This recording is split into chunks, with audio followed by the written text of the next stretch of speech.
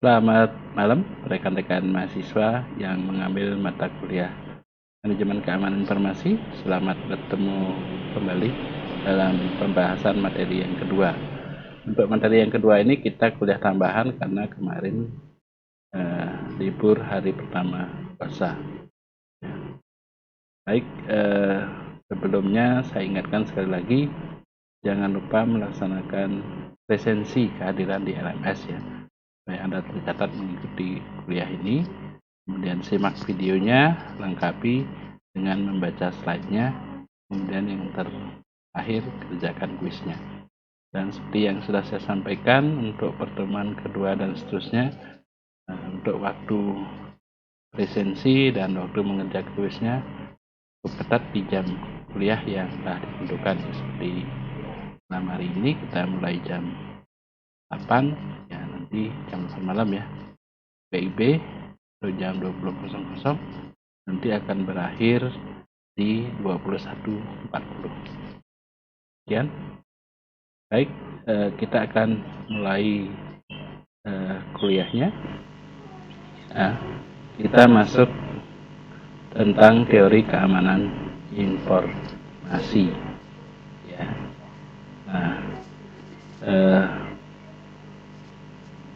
Perlu rekan-rekan mahasiswa ketahui bahwa sebelum kita praktek tentang keamanan informasi ini penting sekali mengetahui teorinya dulu ya. Ada beberapa dasar-dasar yang perlu kita ketahui ya.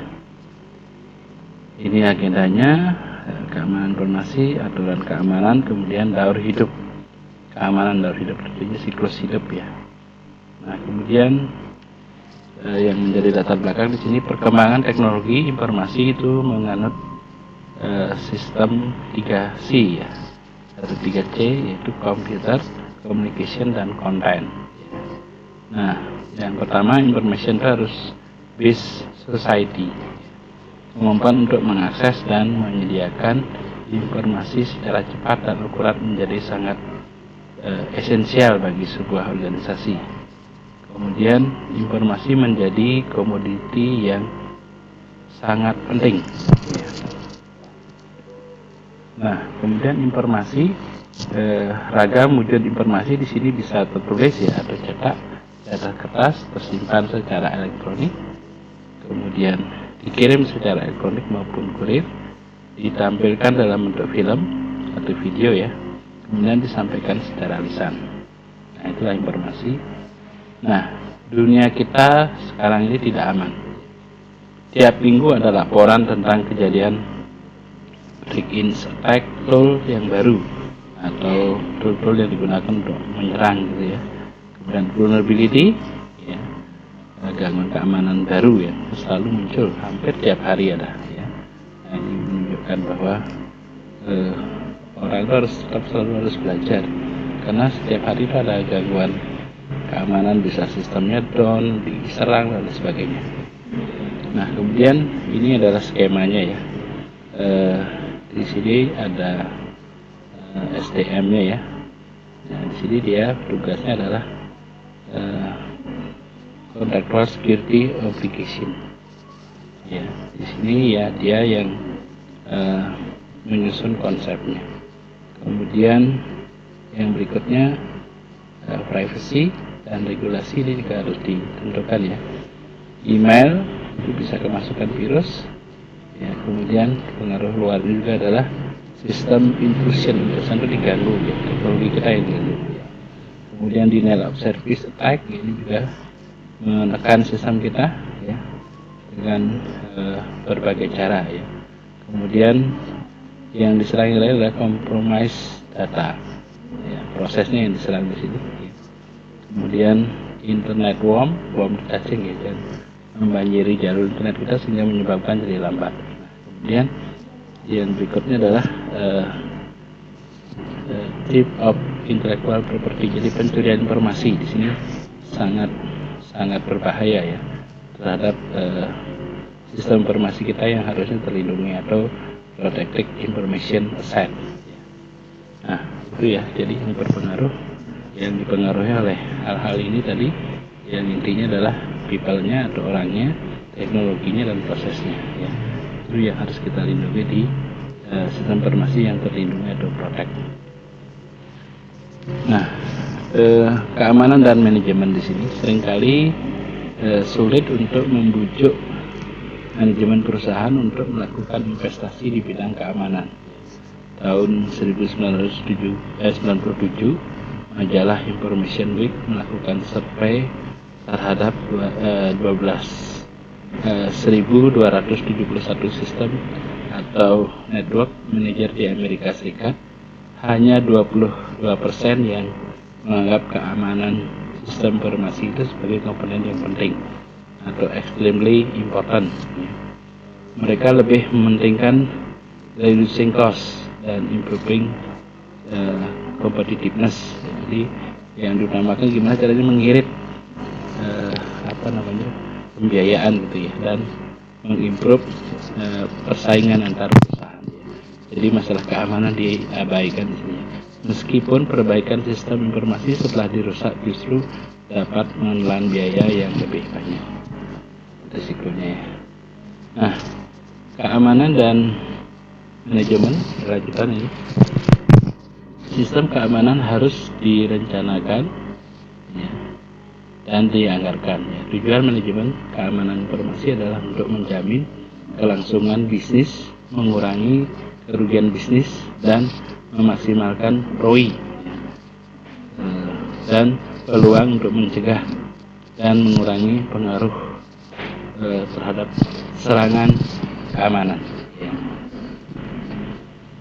Kemudian keamanan sistem di sini adalah sesuatu yang intangible, yang tidak nyata gitu ya, yang bisa dirasakan tapi tidak bukan. Ya, intangible contohnya hitungan kerugian apabila sistem informasi Anda tidak bekerja selama 1 jam, 1 hari, 1 minggu, 1 bulan. Misalnya jika server Amazon.com dia kan jualan online ya, tidak bisa diakses, berapa kerugiannya? Bisa N juta dolar ya. Ini terutama untuk sistem-sistem yang online setiap saat seperti perbankan itu harus betul terjaga kelangsungannya atau keberadaan sistemnya. Kemudian hitung kerugian apabila ada data yang hilang, berapa biaya yang dibutuhkan untuk rekonstruksi data ya. Misalnya ada setelah KRS tiba-tiba datanya rusak dan sebagainya, itu kan harus dikembalikan ya. Butuh biaya, butuh tenaga lagi ya, untuk mengembalikan. Kemudian bila sebuah bank terkenal dengan rentannya pengamanan data, sering terjadi security accident ya. Bagaimana tidak perusahaannya? Kalau bank sering rusak-rusakan gini, orang nasabahnya pasti akan lari ya, karena dianggap menyimpan uang di atau bertransaksi di sana itu tidak aman di bank tersebut ya. Nah, kemudian data CSIA atau FBI Computer Crime and Security Survey tahun 2001 ini mengambil 538 responden, 64% mendeteksi adanya unauthorized use of computer system pada 12 tahun terakhir. Ini artinya ada orang luar yang tidak diperbolehkan itu masuk ke sistem kita ya. 40% itu mendeteksi sistem penetration ya. Jadi dia berusaha mengganggu lah gitu ya. Meskipun 95% telah memasang firewall dan 61 memiliki IDS ya. Kemudian 26% mendeteksi thief of property info ya, ini pencurian informasi. Kemudian 18% mendeteksi sabotase. Nah, kerugian yang dilaporkan oleh 196 responden itu senilai 378 juta dolar. Jadi 151 juta dolar itu adalah pencurian informasi, kemudian 16 juta dolar itu dari sistem penetration, sistem yang diganggu. Nah, fakta kerugian sebenarnya ya, tidak diketahui, ya, ada yang sulit dihitung. Ya. Fenomena gunung es ya, jadi gunung es kan tapi tiba-tiba cair gitu ya, ada suatu eksiden. Nah, kemudian banyak organisasi yang mengalami security breaks, tidak ingin diketahui negatif publicity-nya. Jadi kalau dia mengalami eksiden keamanan, biasanya disembunyikan ya, tidak disampaikan supaya dianggap perusahaannya itu aman-aman saja gitu. Kemudian tujuan organisasi dan regulasi di sini Enterprise Security Management ya, ini ada dua ya, ini dari segi bisnisnya. Kemudian di sini ada dari segi regulator goal ya. Bisnis tentunya tujuannya adalah kompetisi, kemudian kontraktual, kemudian obligasi, pelayanan customer ya, expectation ya. Nah, kemudian regulasi atau aturan-aturan ini tentunya harus ada tentang bagaimana data integrity dan privacy yang harus dipegang.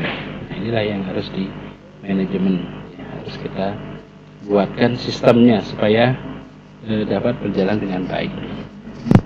Nah, komputer issue ya. Ini ada kategori yang pertama penghancuran sumber daya komputasi dan gangguan terhadap layanan komputasi, kemudian penyebarluasan informasi secara tidak sah, kemudian pengubahan informasi secara tidak sah. Nah, pelakunya di sini adalah authorized user, yang lebih suka ditangani ya. Kalau usernya sendiri dia punya hak dan dia mengacak-acak sistemnya, itu yang bahaya ya, berarti kan karyawan kita yang jahat gitu. Kemudian not authorized user ini yang sebenarnya tidak boleh, tetapi dia masuk ke sistem kita dan mengganggu. Nah, seperti itu ya. Kemudian information oriented misuse. Jadi beberapa hal yang perlu diwaspadai adalah kesalahan manusia, human error, biasa ya. Penyalahgunaan otoritas, dia punya wewenang disalahgunakan ya. Probing secara langsung ya, probe itu artinya mendeteksi ya. Kemudian probe dengan malicious software, kemudian penetrasi secara langsung.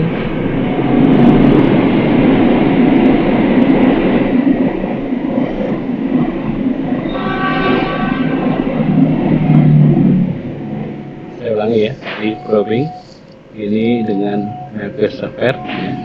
Jadi dengan software yang sifatnya cracking gitu ya. Kemudian penetrasi secara langsung, jadi dia berusaha untuk mengganggu sistem kita. Kemudian subversi terhadap mekanisme keamanan. Risikonya di sini the probability that a specific threat will successful exploit a vulnerability causing a loss. Jadi kemungkinan yang spesifik di sini adalah kehilangan data. Ya. Jadi sesuatu yang hilang itu susah sekali untuk dikembalikan ya. Walaupun ada beberapa teknik yang bisa kita lakukan. Nah, yang berkontribusi terhadap risiko di sini adalah yang pertama aset softwarenya, aset sumber daya manusianya, kemudian vulnerability dan threat atau kelemahan. Ya. Nah, kemudian aset di sini meliputi aset hardware, software, dokumentasi, data, komunikasi, lingkungan, manusia dan lain sebagainya. Kemudian vulnerability di sini adalah kelemahan dari perangkat keras, ya, perangkat lunak atau prosedur yang menyediakan kesempatan bagi penyerang untuk melakukan tindakan yang bisa menimbulkan kerugian. Contohnya di sini software bug ya, software yang ada errornya. Ya. Hardware bug, hardware yang error, tapi dia tetap bisa jalan ya, di tengah jalan hang dan sebagainya. Kemudian ada radiasi dari layar dan transmisi, tapping itu dipantau ya. Dan crosstalk, tabrakan komunikasi ya, unauthorized user yang menyelinap ini ya. Kemudian hard copy, ini kayaknya udah semakin jarang ya, cetakan itu. Kemudian keteletoran atau oversight, kemudian storage media social engineering, tentang rekayasa daripada cara orang untuk memasuk ke sistem kita. Nah, threat di sini fungsinya bahaya atau ancaman yang bisa terjadi pada informasi maupun sistem yang bisa disebabkan oleh bencana atau disaster seperti gempa bumi yang barusan terjadi di Malang ya, kemudian di teman-teman kita yang ada di NTT itu ada banjir, kemudian kesalahan sistem atau film failure ya, atau kesalahan manusia, human error ya. Nah, klasifikasi keamanan ini atas dasar beban keamanan ya. Keamanan fisik di sini biasanya akses orang ke gedung, tataran media dan lain-lain, pencurian itu bisa berupa DOS ya, kemudian aliran listrik dan lain sebagainya. Ini juga menjadi pertimbangan yang listrik di sini kan sering mati dan lain sebagainya. Pas hujan mati misalnya. Kemudian keamanan personal, identifikasi dan profil risiko, social engineering di sini ya. Jadi anggota tim keamanan itu juga perlu kita waspadai ya, jangan sampai ada yang membocorkan informasi atau malah mengacak-acak. Kemudian keamanan aplikasi, data dan komunikasi di sini adalah media dan teknik. Ada program yang spesifik vulnerability, bug atau kesalahan ya, virus, worm, trojan horse, akses aplikasi dan data, akses ke sumber daya jaringan dan lain-lainnya. Keamanan operasi di sini adalah kebijakan atau prosedur pengelolaan sistem keamanan, prosedur dengan post attack recovery dan lain-lain.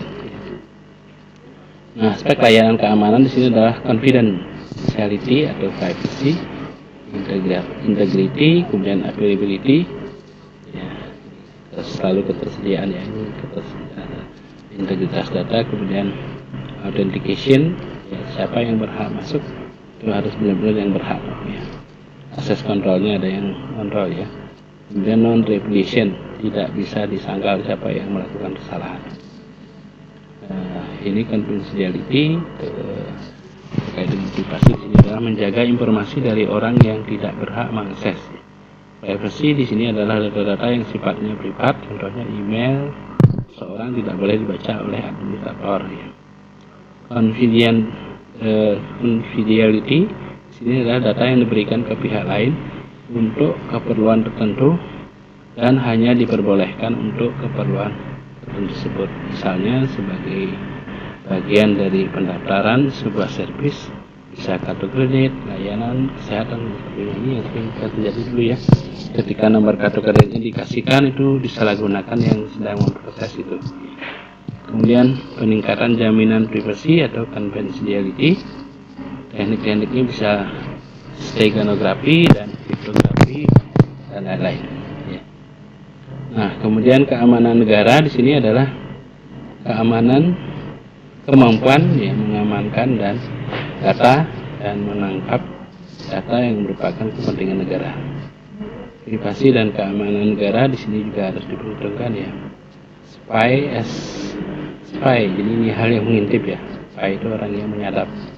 Dan penyadapan di sini ada namanya kayak escrow ya, yang dia bisa masuk tanpa kita ketahui.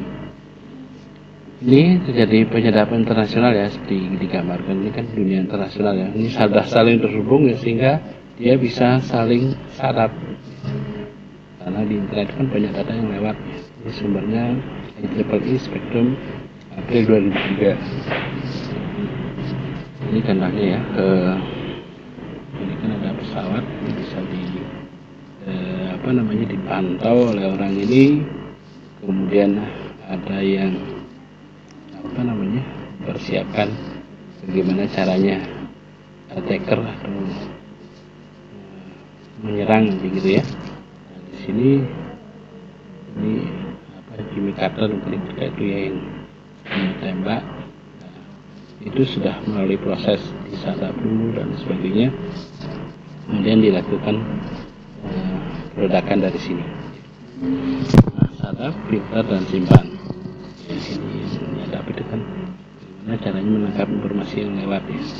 Ini memfilter, menyaring, kemudian kita simpan informasi yang penting saja. Nah, integrity di sini adalah informasi maupun sistem tidak boleh diubah tanpa seizin pemilik informasi atau sistem tersebut tetap akurat dan lengkap. Contohnya adalah serangan data email ditangkap oleh intercepted, diubah atau template namanya, diteruskan, forwarded ke tujuan, menambah virus atau trojan ke program yang didistribusikan, kasus distribusi. Jadi hati-hati dengan program yang gratisan itu ya, kadang mengandung virus. Ya, man in the middle attack. Jadi manusia itu bisa menjadi pengganggu di antara beberapa komunikasi. Meningkatkan jaminan integriti ini menggunakan kriptografi, fungsi hash dan digital signature. Nah, kemudian availability di sini ketika dibutuhkan penggunaan yang berhak akan selalu dapat mengakses informasi dan aset yang berkaitan. Contoh serangan di sini adalah denial of service, distributed DOS, dan mail bomb ya, email kita yang disusupi banyak kiriman email yang tidak perlu. Ini authentication, di sini informasi betul-betul asli ya, watermarking dan digital signature yang untuk memastikan bahwa informasi itu memang milik, misalnya saya yang ngirim ya, benar-benar saya yang ngirim ya. Orang yang mengakses atau memberikan informasi adalah betul-betul yang dimaksud ya. Why you have misalnya kartu ATM itu yang bisa akses harus pemiliknya ya, PIN juga itu harus diketahui oleh pemiliknya saja gitu ya. Jangan sampai dibocorkan ya. What you are misalnya biometrik ya, jangan sampai biometrik kita itu dipalsukan ya. Server atau mesin yang kita hubungi adalah betul-betul server mesin yang asli. Secara umum peningkatan jaminan authentication di sini menggunakan digital certificate. Akses kontrol di sini pengaturan akses kepada informasi berhubungan dengan klasifikasi data publik, privat dan potensial, top secret ya, yang betul-betul rahasia. Klasifikasi dan akses user di sini bisa tamu ya, admin, top manager dan sebagainya. Mekanisme autentikasi dan privasi ini harus diterapkan. Nah, non-repudiation di sini adalah seorang tidak dapat menyangkal bahwa dia telah mengirimkan satu data digital. Ya. Contoh, seorang yang telah melakukan transaksi dan mengirimkan data pemesanannya via email tidak dapat menyangkal bahwa memang dia yang telah mengirimkan data pemesanan tersebut. Ya. Jangan sampai ada orang pesan tetapi dia melakukan penyelesaian tidak dibayar gitu ya, padahal itu pesaing. Nah, ini harus kita cek betul, kita pastikan tidak bisa disangkal ada jejak digitalnya gitu ya. Sangat penting dalam e-commerce meningkatkan jaminan repudiation di sini menggunakan digital signature atau tangan digital, sertifikat dan teknologi kriptografi dengan dukungan hukum sehingga digital signature jelas dan legal. Nah, ini contoh digital sertifikat ya, misalnya Klik BCA ini dia sudah menggunakan sertifikat tertentu di sini yang kelihatan ya, Klik BCA ada yang menjaminkan di sini ya, menjaminnya. Nah, kemudian ini kita melihat sertifikatnya dari menu Windows ini ya, di certificate ya, kalian menggunakan sertifikat dan ini adalah kode kriptografinya, ini kode binernya. Oke, mengamankan sistem informasi secara umum di sini implementing subtype setup control, jadi mengimplementasikan beberapa hal-hal yang perlu dikontrol ya, misalnya policy atau kebijaksanaan, practices, kemudian prosedurnya, organisasional structure, struktur organisasi harus jelas siapa yang memiliki hak ini dan sebagainya. Kemudian software function, fungsi softwarenya.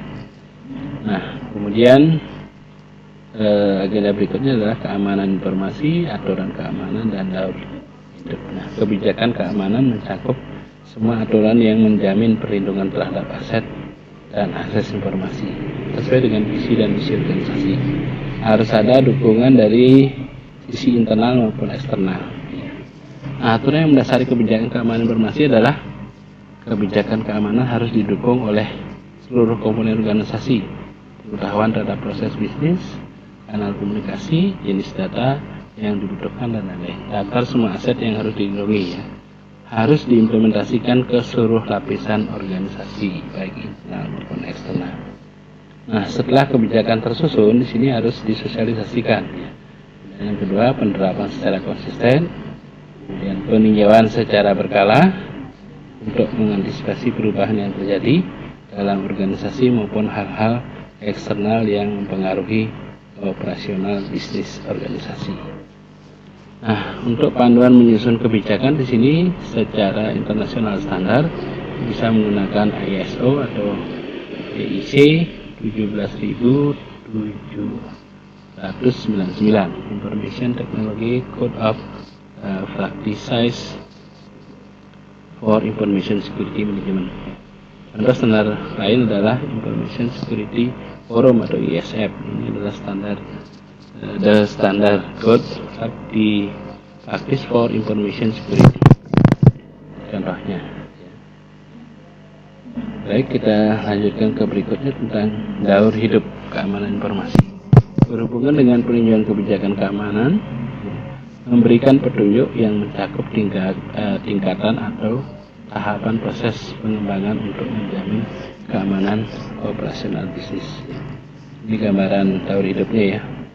Jadi dimulai dari ini security policy-nya ya. Ini kita harus didesain dulu, didesain kemudian dikembangkan, kemudian di manage dan support, kemudian dilaksanakan terus ini ya di siklusnya ya. Nah, sehingga di sini perlu educate, perlu dididik karyawan kita, user kita, kemudian intinya yang terlibat di dalam sistem kita. Nah, kemudian yang pertama di sini adalah assessment, ini penilaian terhadap keamanan sistem, aktivitas audit, pengujian, review secara periodik, ya, termasuk di dalamnya adalah manajemen risiko. Apa kira-kira risiko yang terjadi kalau terjadi insiden keamanan? Desain di sini aktivitas perencanaan konfigurasi keamanan yang sesuai dan efektif untuk diterapkan pada organisasi. Kemudian yang deploy tadi itu adalah pengembangan ya, implementasi segala sesuatu yang berkaitan dengan bencana keamanan, berkaitan juga dengan kebijakan manajemen organisasi untuk menerapkan kebijakan keamanan informasi. Nah, kemudian manajemen di sini diperlukan untuk menjamin sistem tetap berfungsi dengan baik, berkaitan dengan pengawasan terhadap mekanisme deteksi masalah. Nah, education di sini diberikan kepada komponen internal organisasi maupun pihak eksternal yang berkaitan dengan organisasi. Diperlukan untuk menjamin keberlangsungan hidup keamanan. Apakah sistem sudah aman? Ya, sangat sulit mencapai 100% memang ya. Aman, ya. Paradigmanya attacker dan defender itu. Ya, defender itu berupaya untuk mengamankan semua aspek, attacker fokus untuk selalu mencari titik lemah ya. Kayak apa ya? Obat dengan penyakit gitu ya. Selalu obatnya belakangan ditemukan. Contohnya Tempest-Zone ya. Ada timbal balik antara keamanan dengan kenyamanan, security dan confidence. Semakin aman, semakin tidak nyaman. Misalnya apa? Misalnya adik-adik kalau ke kampus supaya motornya aman itu harus dicek, harus dikasih parkir, itu jadi nggak nyaman dah. Ya, tapi motornya aman. Kemudian complexity is worst enemy of security. Ya.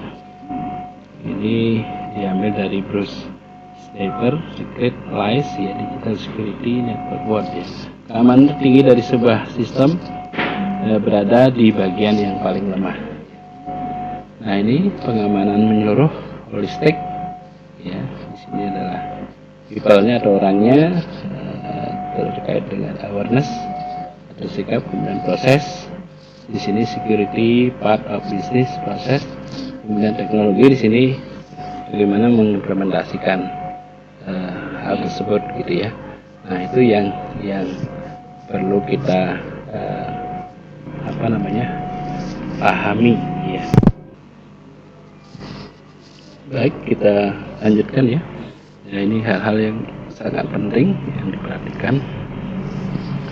Security is a process, not a product. Jadi aman itu adalah proses, itu yang kita amankan, bukan dia sebuah produk ya, tapi proses bagaimana untuk mengamankan itu. Ya. Ini misalnya ya, sebuah gambaran di sini ya. Di sini security ya, aman. Ini di sini ada proses untuk gunting, kemudian ada kebebasan, harus ada dilem dan sebagainya. Ini sebuah gambaran gitu ya.